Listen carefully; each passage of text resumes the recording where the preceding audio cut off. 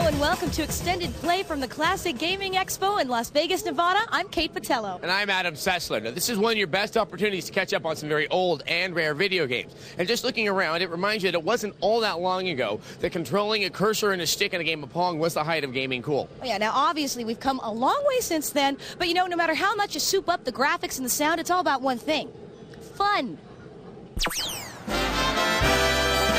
In Las Vegas, classic gaming traditionally looks like this.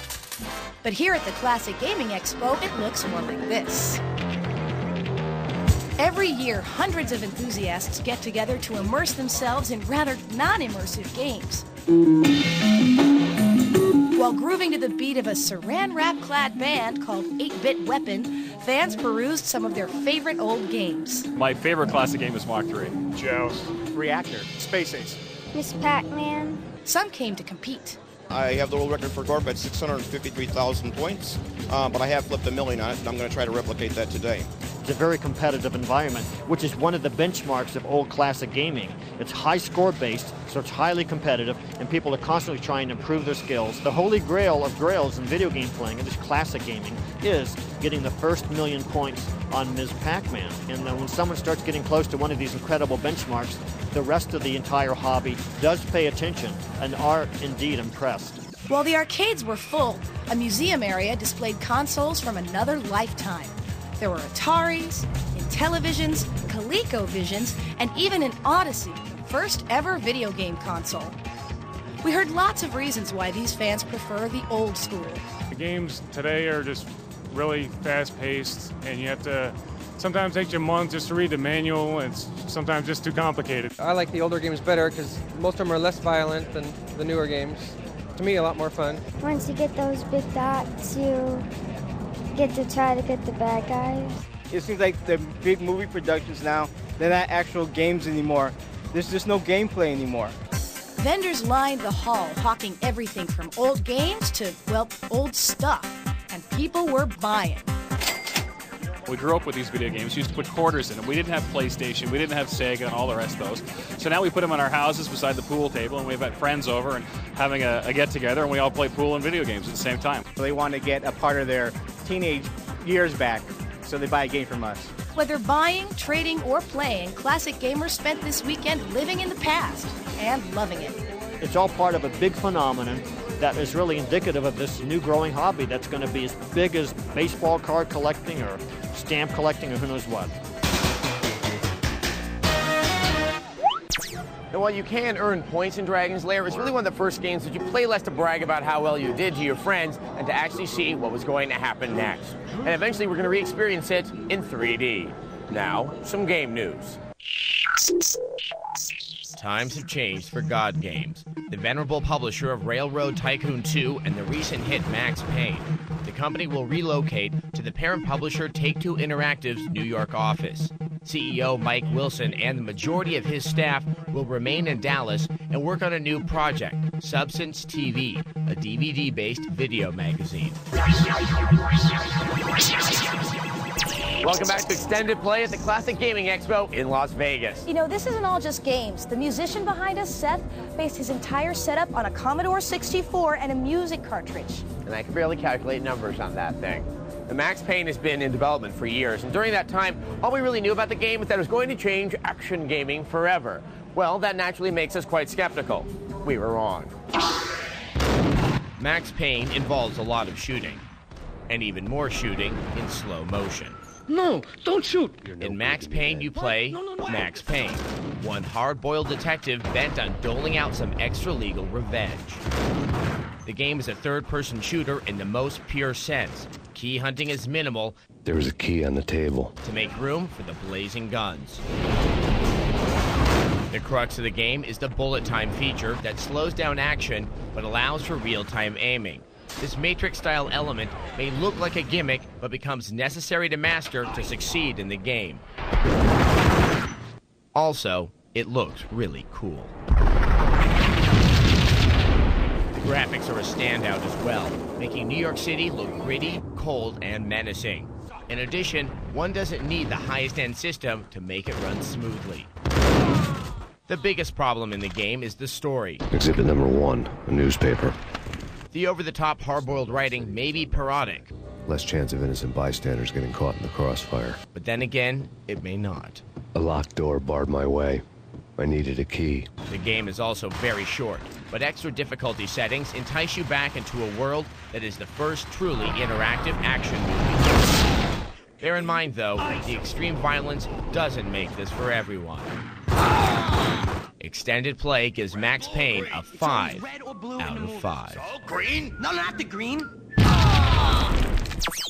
Man, one of the best things about this expo is you can buy all kinds of old games you'd never find anywhere else. That's why so many people come here. Check this out. Burger Time. I used to play this in the arcade. Cool. Now, our next game is describing itself as the first in a new genre called Panic Action. I don't know, is it something new or is it just the same old survival horror? Well, watch our review and decide for yourself. Here's Extermination. You sure this is the right way? Trust me! The end of summer sees the release of Extermination, Sony's first attempt at publishing a survival horror title. You play Dennis Riley, a U.S. Marine who has been sent to the South Pole to investigate a top-secret military base that has ceased communication for several days. I had no choice. What awaits him is a welcoming party of the meanest type, an army of mutant freaks ripped directly out of the pages of Resident Evil and Silent Hill.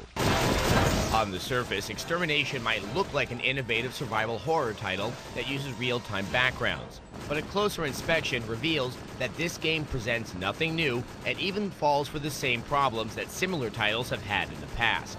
This includes highly sensitive control issues and the survival horror favorite, dodgy camera problems. Graphically, you get a mixed bag. While Dennis and his foes are well modeled, it's hard to get grossed out by the poorly designed polygonal corpses that litter the game. Moreover, the environments, though detailed, contribute to the game's many glitches. The same goes for the sound. The music is unimpressive and the voice acting is hardly remarkable. That didn't sound too good. Because of its inconsistent presentation, low replay value, and mediocre story, Extended Play gives Extermination a 2 out of 5. So if you're disappointed by Extermination, bear this in mind. It won't be too long before you'll be playing Devil May Cry. Now, if you still have your NES and you're still trying to fight your way through some Konami games, you might appreciate this code. So it's not just a code, it's the code. Still trying to figure out a way to finish Contra on the NES, but keep dying over and over and over again? Maybe you've forgotten the now legendary Konami code. So for the last time, here it is. On the title screen, press up, up, down, down, left, right, BA, and start. You'll start the game with 30 lives instead of the measly 3.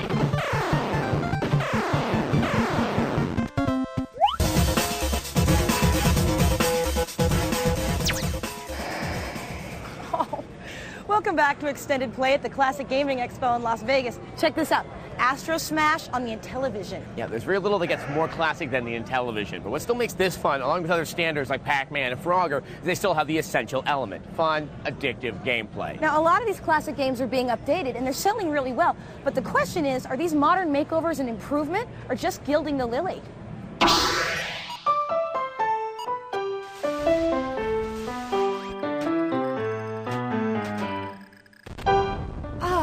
Classic games.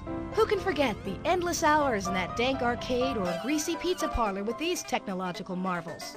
Many developers have tried to bring these games into modern times with limited success. Okay, so who hasn't played Asteroids? Endless hours of entertainment with simple graphics and basic blast the rocks, avoid the rocks gameplay.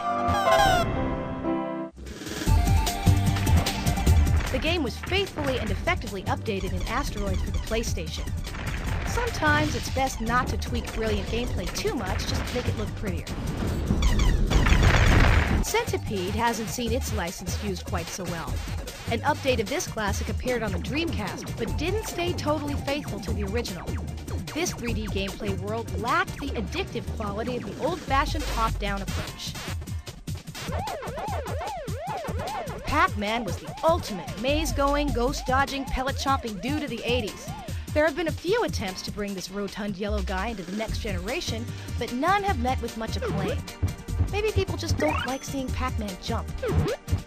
Many games are inspired by classics or just use the recognizable name. Battlezone was one of the best strategy games of 1998 and bore almost no resemblance to the Atari original besides being set in a tank. Sometimes good things come from using a game license.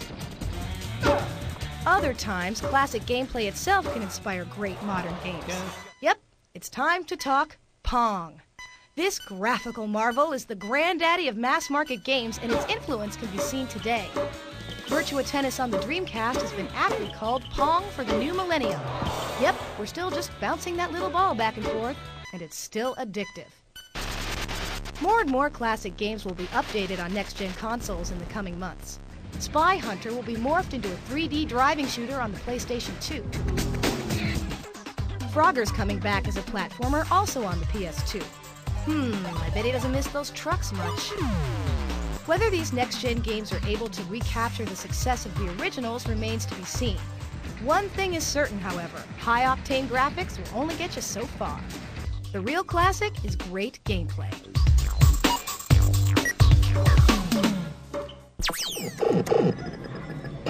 You know, for some people, it's classic games like Tempest here or nothing. Now, for some weird reason, when I was growing up, only the bad kids were into Tempest.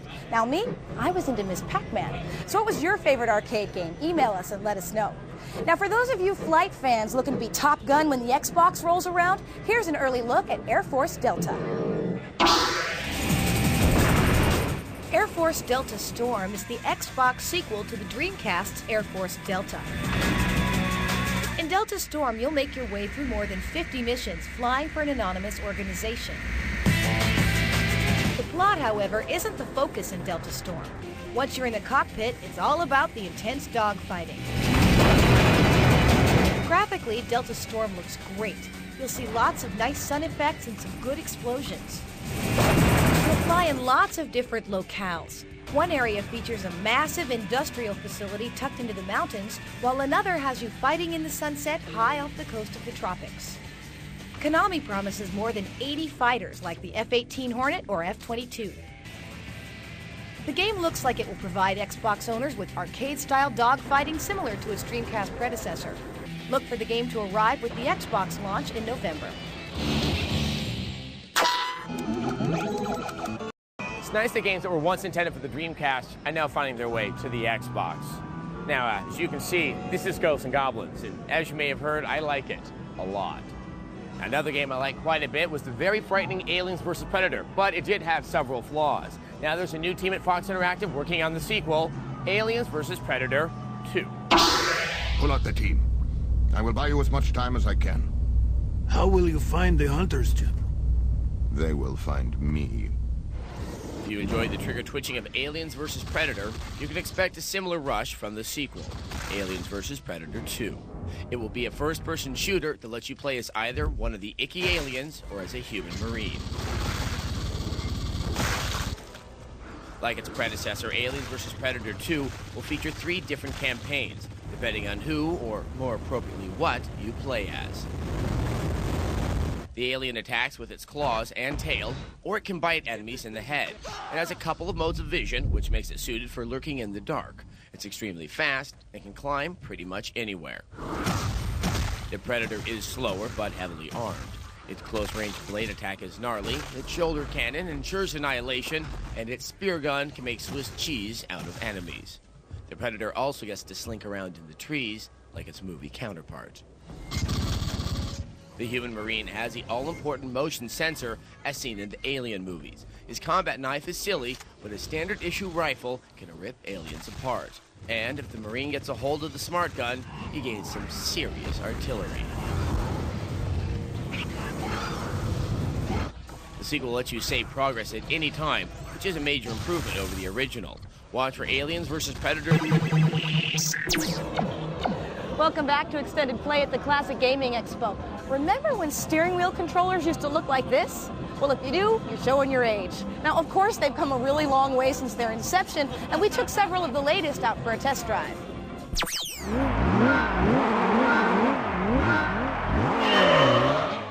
racing games are a lot more fun when you've got a steering wheel controller. Now, if you don't have hundreds of thousands of dollars to buy yourself a Lamborghini Diablo, how about just getting yourself the wheel from X Technologies? This is a decent wheel. It's pretty sturdy. It's got suction cups on the bottom, buttons in all the appropriate places, pretty responsive, good grip, a good wheel overall. Now, also from X Technologies is the Ducati Course Racing handlebars. Now, these look really cool and even accelerate in the handle, but we did find that they're a little bit loose on the turning radius. Now, this is the Blue Thunder from Interact. This is a really good wheel overall. Feels good, has a nice grip, the buttons have good action, the pedals are very good, and as an added perk, it comes with a clamp that'll either go on the edge of your coffee table or let you sit back on the couch and put it in your lap, because you know that's where you're doing the bulk of your racing gaming from anyway. So, you ready? Got a steering wheel? Got your game? Floor it! While steering wheel controllers are cool, remember that most games are designed to be used with the standard controller. So bear in mind that if you're going to avoid problems with gameplay, you'll want to adjust the sensitivity on the wheel to match your own driving style. Now, in honor of our visit to the Classic Gaming Expo, here's a look at an intro that's truly a classic, Ninja Gaiden.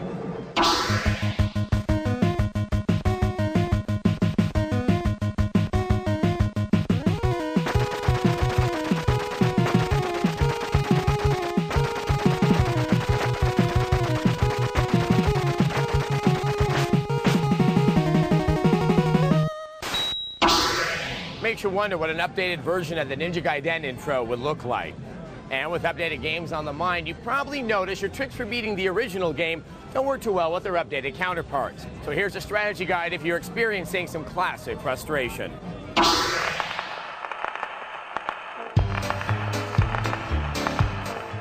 Welcome to the bygone days of yesteryear, the games that started it all. Today we bring you strategies from the mother of all game consoles, the Atari 2600. First off, adventure. You control a nameless square, now nicknamed Hero. Your mission, to save the Gold Kingdom by returning the enchanted chalice that was stolen by the nameless evil magician living in the nameless Black Kingdom. Easier said than done. You have to deal with these three infamous duck-like dragons, Yorgel, Grundle, and the fearsome red dragon, Grindel. For these devils, you'll need to find the arrow-looking sword and slay the evil dragons before they gobble you up. The black bat will be another cause of much misery and frustration. This flying rodent loves to steal objects. The best way to deal with this annoyance is to tempt the bat with an object you no longer need, or better yet, lock him up in the White Castle as to keep him out of trouble. It's also very helpful to memorize the mazes. It's very easy to find yourself at a dead end when a dragon is in hot pursuit. Learn them so you can navigate them more quickly when you're in a hurry. The invisible maze is down, right, down, left, up, and over. Got it? Good. Next up, Pitfall, a fan favorite swinging onto the scene in 1982. The plot: help Pitfall Harry get all the treasure in the jungle within 20 minutes without succumbing to the 7 deadly obstacles. Fire, rattlesnake, scorpions, opening marsh pit, random holes, rolling logs, alligator. Most of the obstacles are easy to avoid. Just hit that red button on the old Atari joystick and jump or swing over. Where it gets tricky is right here. See the 3 alligator heads sticking out ready to eat you alive? To get across, you have to jump on the alligator eyes. If you move too far over to the left, you will be chomped. Ah, yes, asteroids. Your high-tech spaceship, that's the triangle, is in a great deal of trouble having ended up right smack in the middle of an asteroid field. Now, the strategy of the game is, who are we kidding? There is no strategy. Just stay in the middle and press the little red button to annihilate the rocks before they hit you. All right. Now you're ready to have some good old-fashioned fun. And for those of you who can't remember what closet your old Atari is located in, you can always download these games at AtariAge.com. If you want to see that strategy guide again, you can find it at ExtendedPlay.com. Let's check this out. Kung Fu Master, new for the Atari 2600. Remote and heavily guarded, the temple is a fortress never before defeated. We'd like to thank the Classic Gaming Expo for hosting us here today and helping make a kung fu monster out of Adam here. So that's it for this edition of the show. Until next time, you must defeat all of game these over. deadly guardians and more to advance to the next floor. Failure is out of the question.